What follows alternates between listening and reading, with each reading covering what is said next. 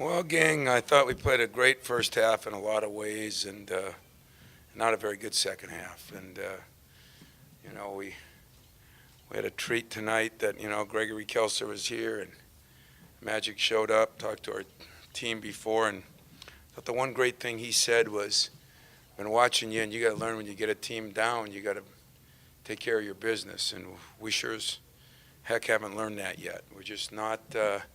Our second halves, we've given up 40 points, I think, both times.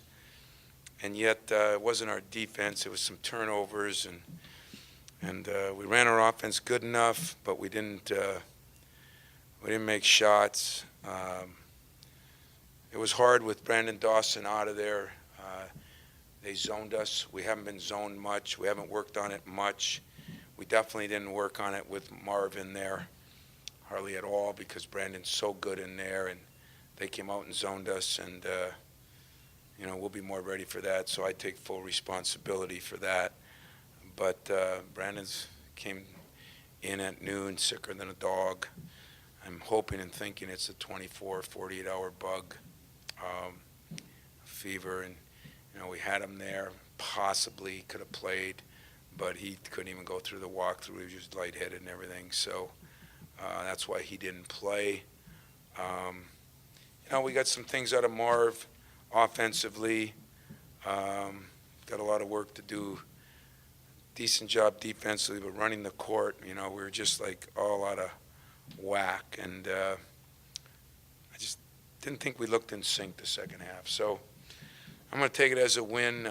They had a guy missing. It was a key player. We had a couple guys missing. The only negative for me is it's still hard to figure out where this team is because who we're playing and who we're playing ourselves. In other words, what players we're playing.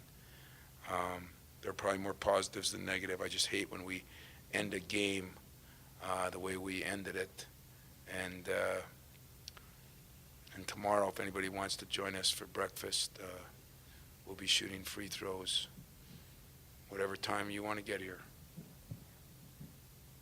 Questions? In the first half, the break looked pretty good for a while, though. How much of that is who you're playing? How well are you checking? And are you curious to see if that translates when you face a Marquette or a Georgia Tech? Yeah, I'll tell you what. Those two guards are good. Those two guards are really good. And I thought we did a heck of a job. Brown Ridge didn't score a bucket.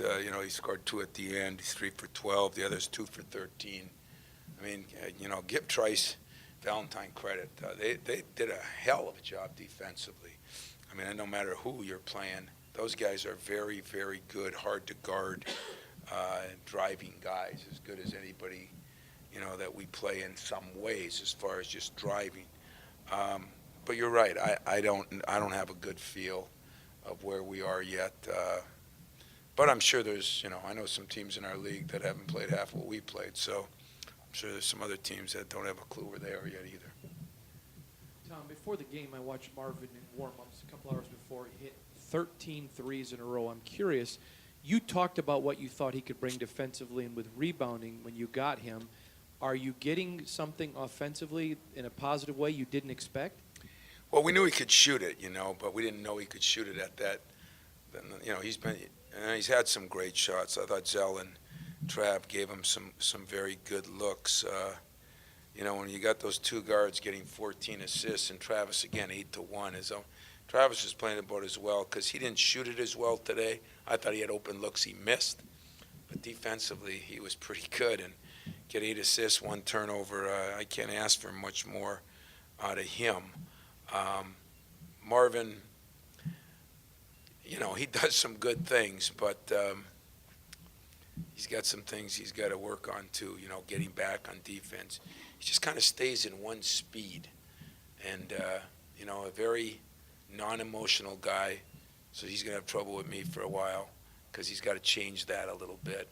Did get a little better communicating.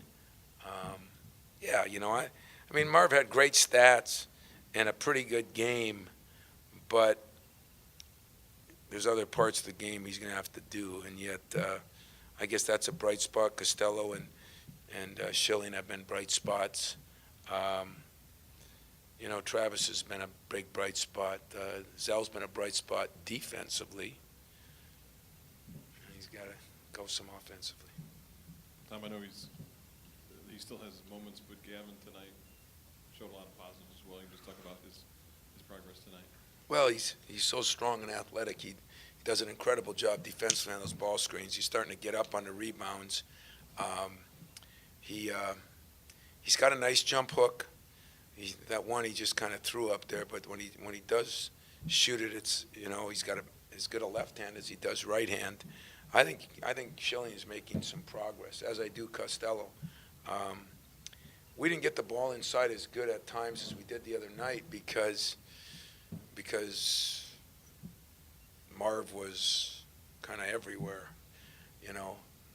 not all of that in a positive way. In other words, he was like a blind dog in a meat house. He was all over the place, and but so that made it a little harder on Matt. But Matt still could have had some things if he would have just taken his time in there and made his free throws. He still could have had a double night, to be honest with you. In general, Tom, after 4 games, I think 22 of 29 tonight, an assist for baskets.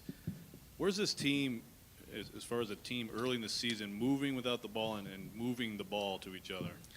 That's a great question because, to be honest with you, I think one of the best I've had.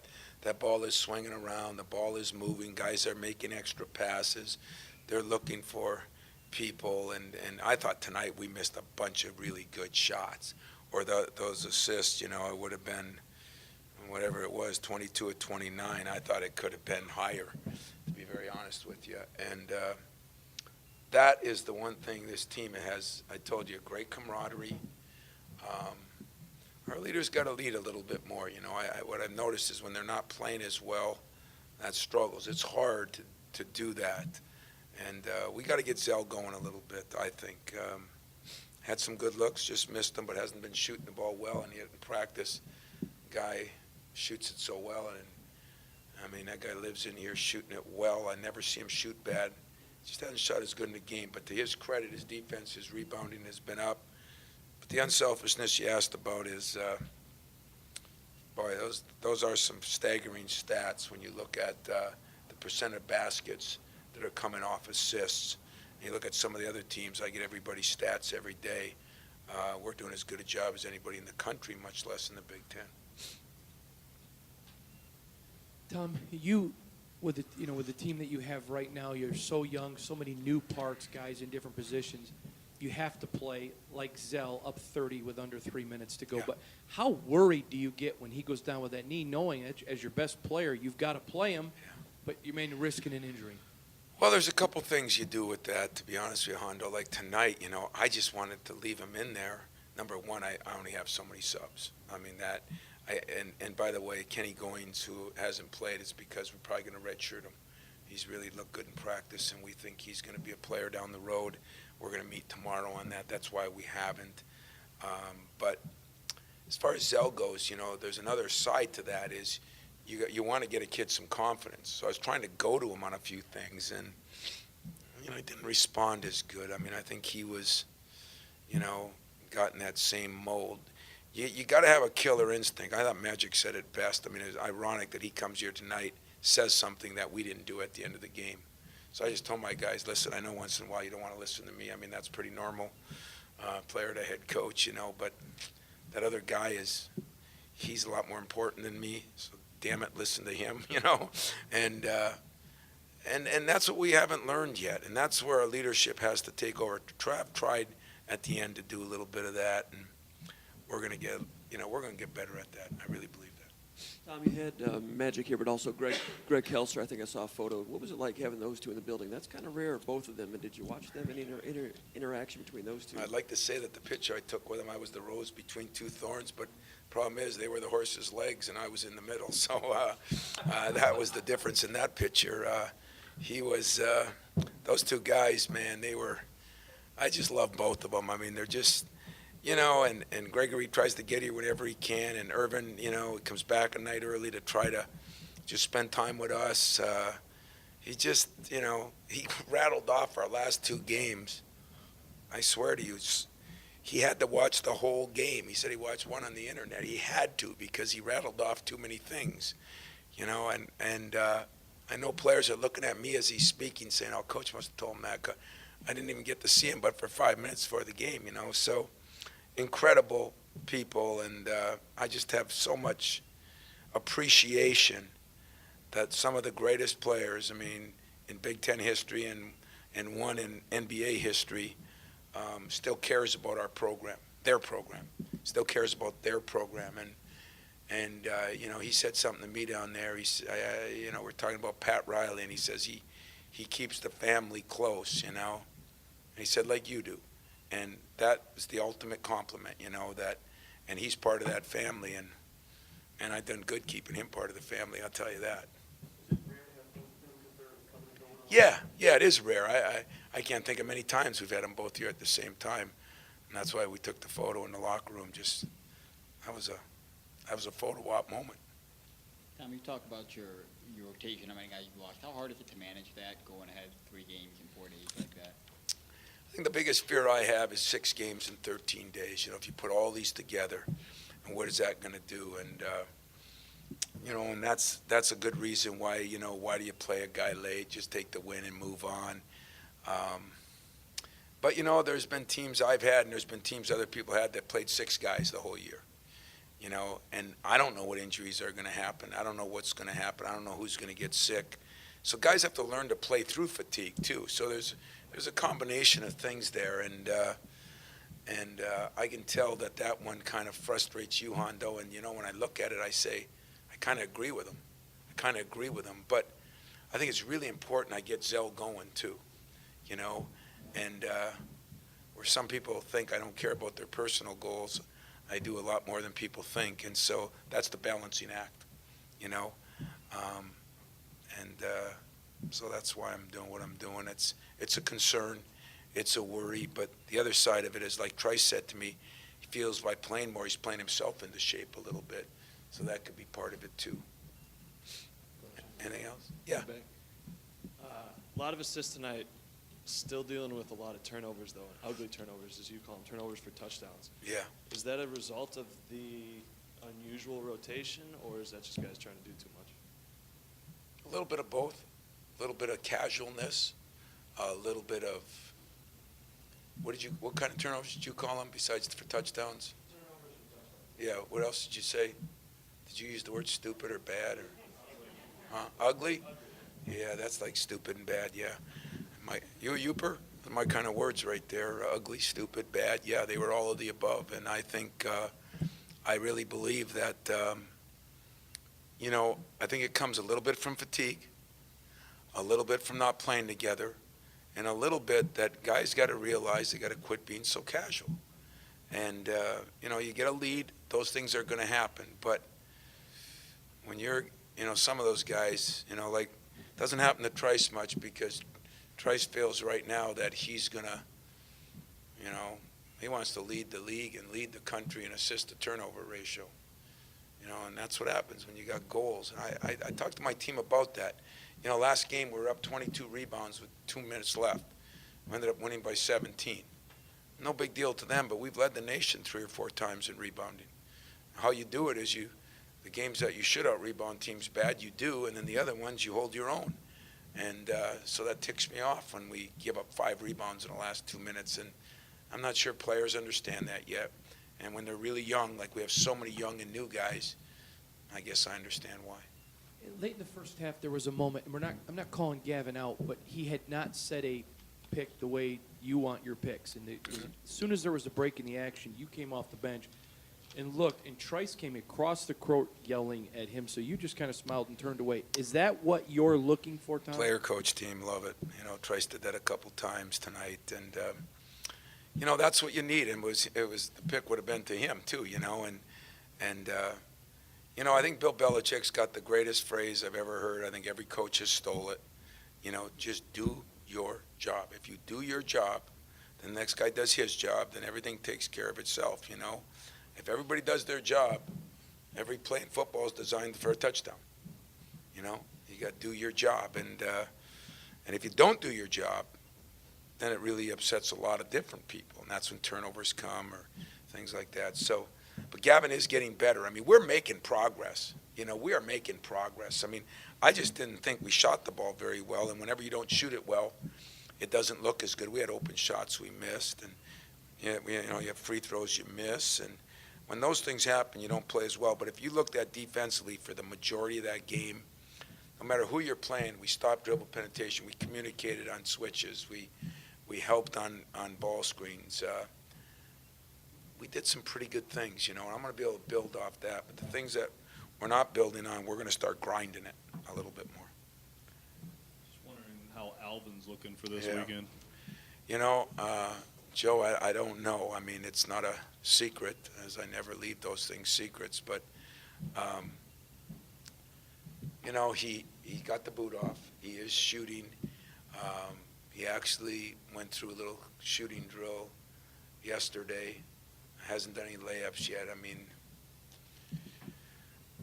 I think doubtful for this weekend, but I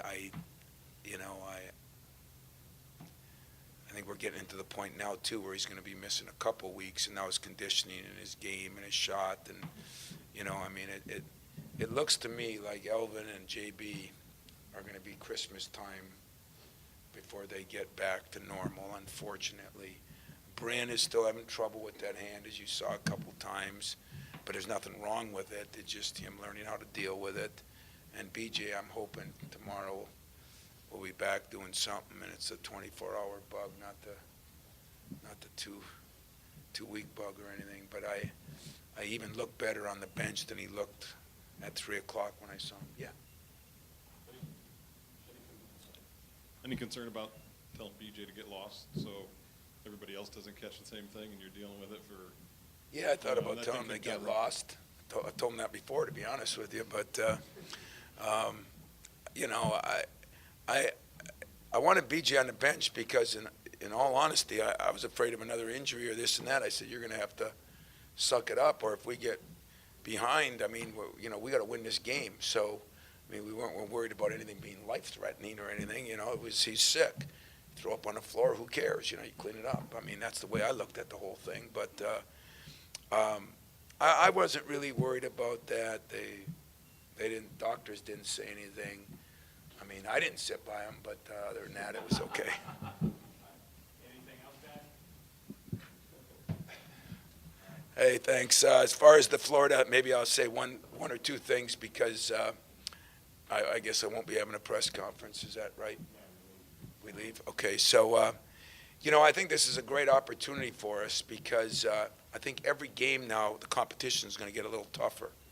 And this is probably a good time for that to happen. We had the Duke game. We had a little bit of idea where we are, and then we've had some things where we don't. And in Ryder, and then either Marquette or Georgia Tech, I mean, it takes a jump, and then, it's going to be a Kansas or Tennessee or somebody, win or lose, depending for us and them. But this is going to be good prep for us, and I'm anxious to see how we respond. I'm trying to keep somewhat human on what you guys have actually hit on, and what happens when a guy's playing too many minutes, or not even the minutes, but there's no rotation. The rotation is, it's time to get him out. There's no set plan. That makes it hard on a player. He doesn't know when he's coming out. Others don't know when they're going in, and that's what I hate most about this part of the season as far as for us. But I think there'll be some good teams down there. So where Rhode Island just beat Nebraska, and and I already know how good Kansas is. Georgia Tech's had a couple big wins, and I got a chance to see Tennessee. They're a talented team. Probably going to take some time for that coach, so it'll be interesting to see what they've done. But it'll be a good tournament. I'm sure. I'm hoping most of you are in Penn State watching them finish up the season. So I don't want to take away from that. But we're going to go down and try to win a tournament because, as we know, we have not won enough of these preseason tournaments. There's been something I should be ripped for. It'd be that. We have not done as good a job in these preseason tournaments. And so we're going to put a lot into it starting tomorrow morning. No, it's Thursday, Friday, Sunday. It's kind of a weird Sunday, too, because if you do get to the championship game, you could play at 1 o'clock or at 4 o'clock. I think they're trying to figure out who's in it. Yeah. 3 games in 4 days. Yeah, and then we fly back late Sunday night maybe, and then we leave Tuesday for Notre Dame. So we got to get through next Wednesday is about what we got to do. We just got to keep chugging along, and you know, that would be the most sensible thing from your standpoint, Hondo, is you know, you got to rest your guys, but you got to have them playing good if you're going to win those games. You know, I'd rather be tired with a good shot to win than being rested and not being playing at their best. So that's what I'm trying to do with them, and we'll see what works. But I still like this team. I think we get everybody back. You know, we got a time we can be pretty exciting at times. We can defend at times.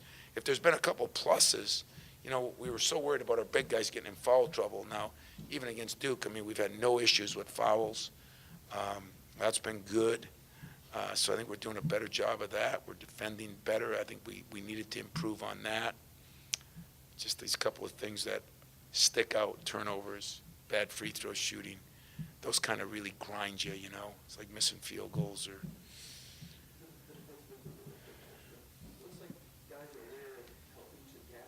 Yeah, we've changed a lot. Yeah, and you know what? We've played against a lot of different kinds of teams already. Believe it or not, we played against teams that pounded in. We played against teams that are ball screening all the way. Today's team with lightning quick guards that are trying to penetrate. You know, so we had to gap it up on that. Yeah, we've done some good things, and even though we haven't played all the best teams, they've been teams that show us different things. The zone was probably good for us tonight. It'll give us something to work on. We'll get better at that. Like I said, don't blame that on anybody but me. That's my fault, and that'll be taken care of tomorrow.